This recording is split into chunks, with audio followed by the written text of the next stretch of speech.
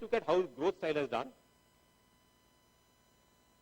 So growth style again across the period from December 2009 till date has slightly underperformed the MSCI. Again, this would, initially when I saw this data, it doesn't look right because we thought India is a growth market. Okay, so growth should do well. Well, when we look at growth stocks over here, we are looking at companies, okay, which have got the highest earnings growth, the highest sales growth in that period.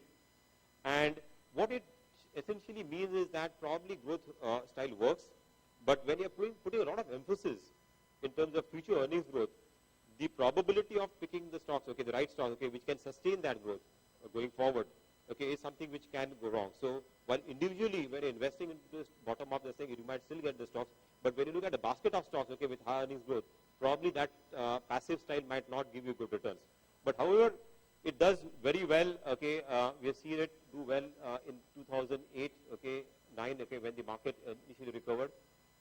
It's given a kind of a return which is not been consistent, okay, from 2000 till 2007.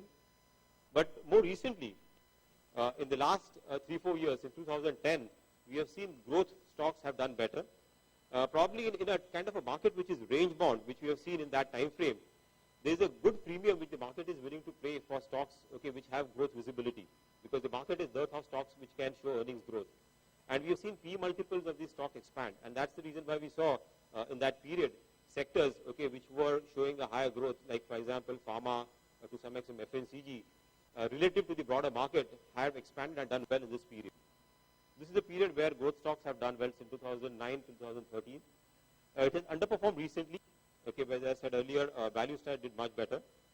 Going forward, as we move forward, I think as the opportunity, as you get more stocks, okay, where growth visibility is there, then probably the value style, okay, or value or growth at a reasonable price, okay, is something which can do well.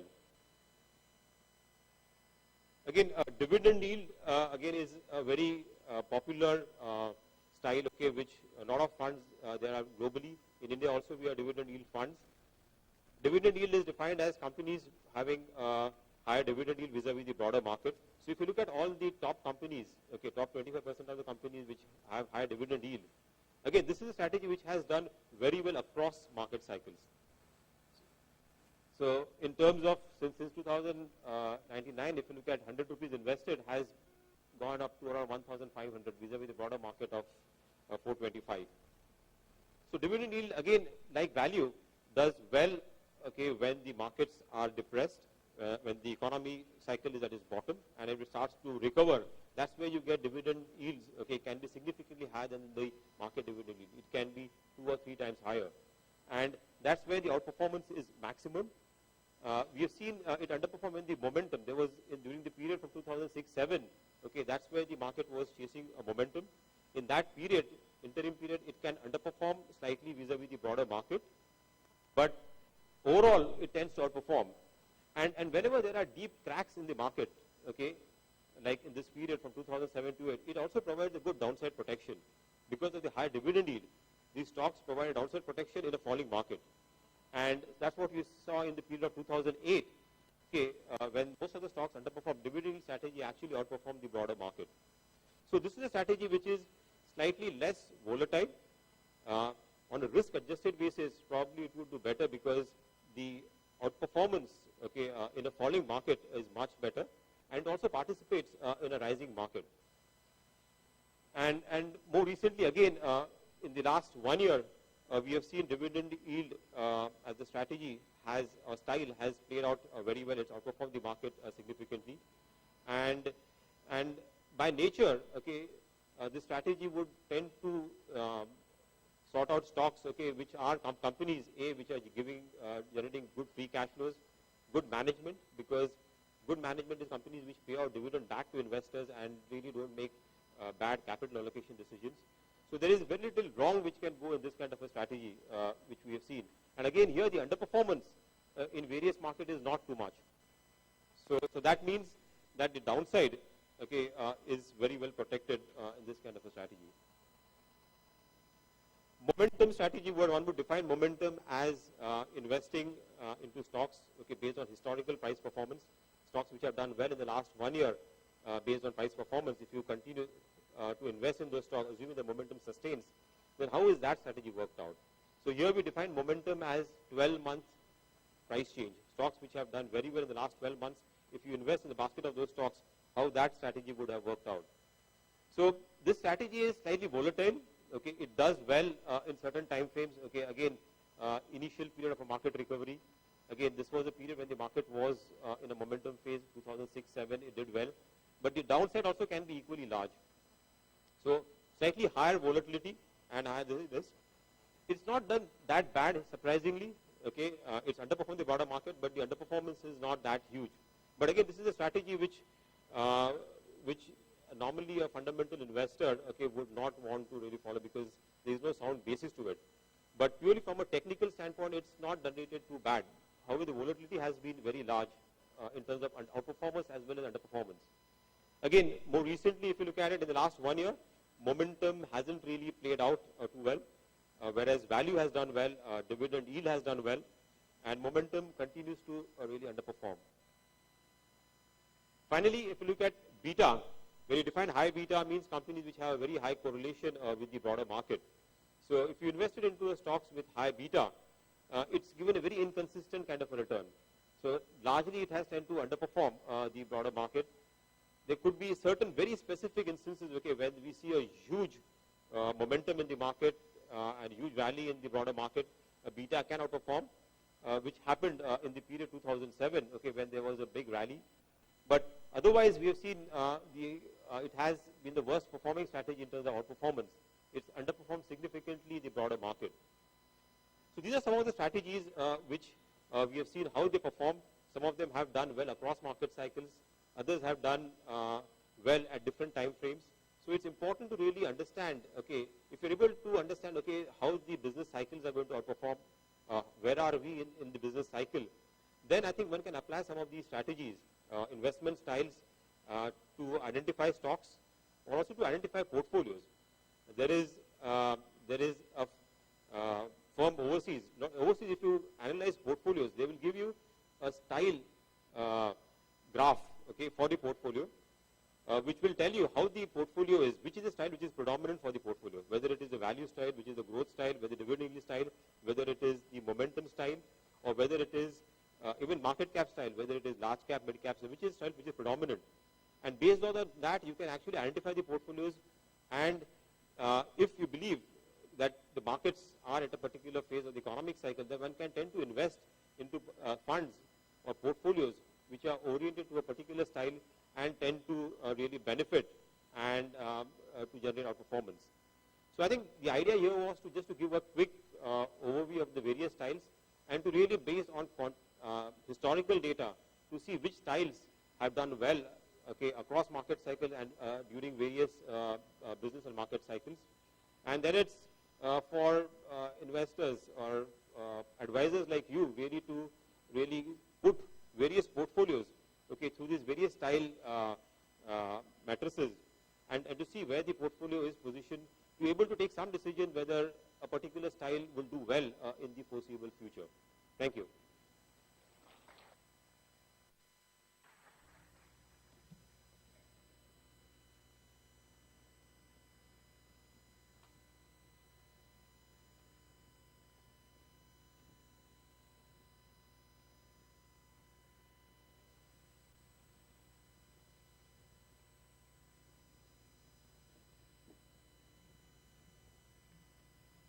Thank you so much, Mahesh. Okay, now Prem just told me that he's arranged for some chocolates for all of us. But in order to get them, you have to answer a very simple question that I'm going to ask you. If today a global study of 20-year performance of fund managers is done, who is the one Indian fund manager who is likely to emerge right on top? We need more chocolates, please. Okay, so we have a few gentlemen from there. My friend, can you please pass on the chocolates over there? How come no chocolates on this side? I can't hear you. Okay. Well, we'll have more chocolates. Oh dear. Please say one for me also.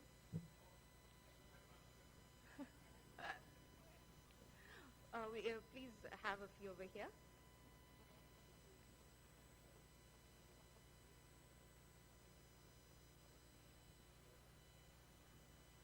Okay. We shall not keep Prashant waiting, and we shall also not wait any longer. We are eager to hear from Prashant.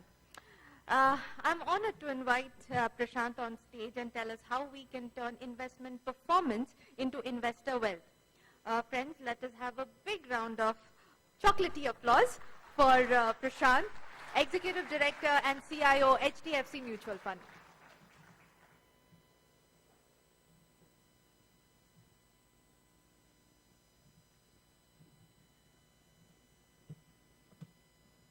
Thank you very much for that appreciation, and very good morning to all of you, and thanks Prem for that very nice and generous introduction. When Prem told me that I should speak on converting fund performance to investor wealth, I thought he was joking, because I thought it was very simple. You invest in the fund, and whatever the fund does, you will earn the same. So for a moment I was confused, but I realized he was quite serious. And we go back a long way. We were together batchmates, and I am 89 to 91, so I couldn't say no. So when I thought about what he was kind of saying, I did realize that what he was saying is true. And he said, look, a lot of investors, you may say funds have done this, that, but people have actually not benefited from that. And that is what set me thinking, and that is what I am here to present about. I think there are two main things what are going wrong.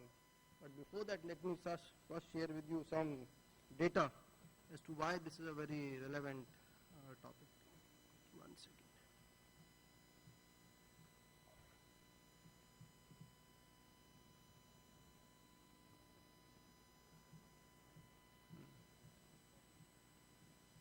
Already there? No, where? Okay, sorry.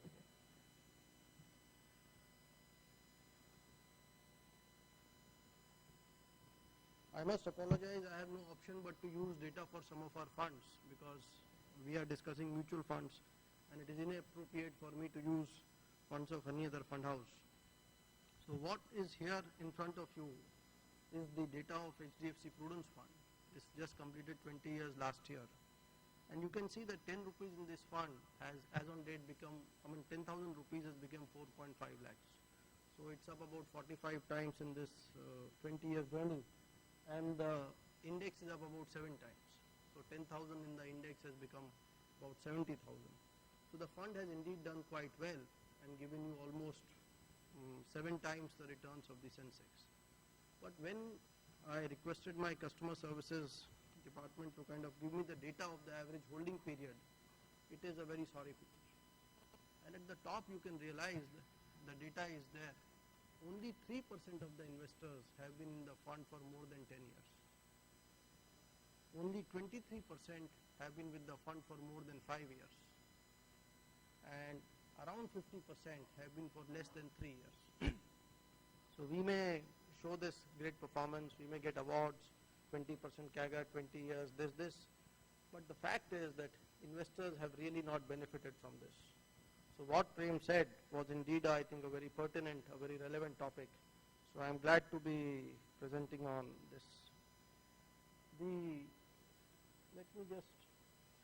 I think the key issue here is that why are investors not being patient with the funds? The funds are doing reasonably well, and it is not just our fund. There are many funds in the marketplace which have meaningfully and significantly done much better than the indices and have created immense wealth. I think the issue is understanding, that right understanding of equities is not there, and that is why they are not patient enough. So this is a slide, very simple slide. It gives you the distribution of returns over different holding periods in the same fund. So if you have invested on this fund on a daily basis, we have just kind of tabulated the returns over different holding periods.